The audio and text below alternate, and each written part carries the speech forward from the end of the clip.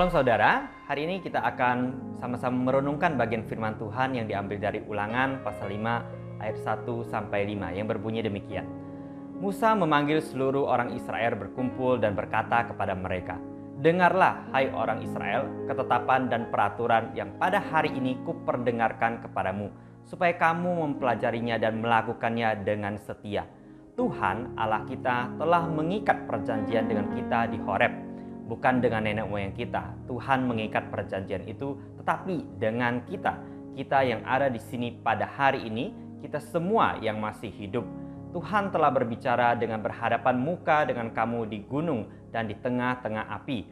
Aku pada waktu itu berdiri antara Tuhan dan kamu untuk memberitahukan firman Tuhan kepadamu, sebab kamu takut kepada api dan kamu tidak naik ke gunung." Dan ia berfirman. Hari ini perenungan saya beri judul "Tetap Berada di Jalur Tuhan". Saudara, kita tahu bahwa generasi bangsa Israel yang pertama pada waktu mereka keluar dari Mesir gagal dalam mentaati ketetapan dan peraturan yang Allah berikan.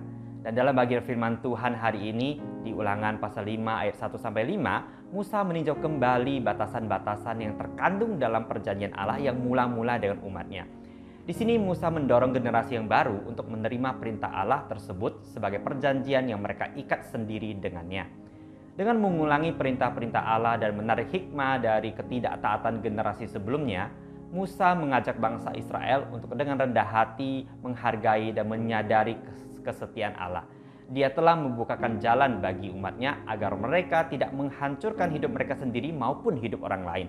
Mengabaikan hikmat Allah akan membuat mereka menanggung risiko yang besar. Untuk itulah Musa ingin bangsa Israel tetap berada di jalurnya Tuhan.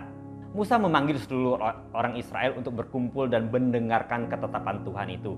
Ini mengingatkan kepada kita bahwa mendengarkan firman Tuhan adalah langkah pertama dalam menjalani kehidupan yang berkenan di hadapan Tuhan. Mendengar dengan sungguh-sungguh berarti memberikan perhatian penuh, memahami dan meresapi apa yang Tuhan sampaikan. Selanjutnya, Musa mengatakan kepada bangsa Israel untuk mempelajari ketetapan dan peraturan Allah serta melakukannya dengan setia. Musa menekankan bahwa firman Tuhan harus dipelajari dan dilakukan dengan setia. Mempelajari firman Tuhan melibatkan usaha untuk memahami makna dan konteksnya. Namun, lebih dari sekedar pengetahuan, kita dipanggil untuk menerapkan apa yang kita pelajari dalam tindakan nyata. Ini berarti menghidupi nilai-nilai dan prinsip-prinsip yang diajarkan Tuhan di dalam setiap aspek kehidupan kita. Saudara, saya yakin kita semua pasti seringkali lupa terhadap sesuatu yang kita dengar.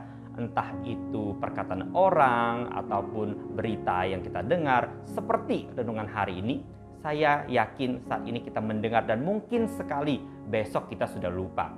Musa mengingatkan kepada bangsa Israel generasi kedua ini untuk bisa setia dan tetap di jalurnya Tuhan, sehingga mereka tidak seperti bangsa Israel generasi yang pertama yang melupakan perjanjian Allah kepada mereka.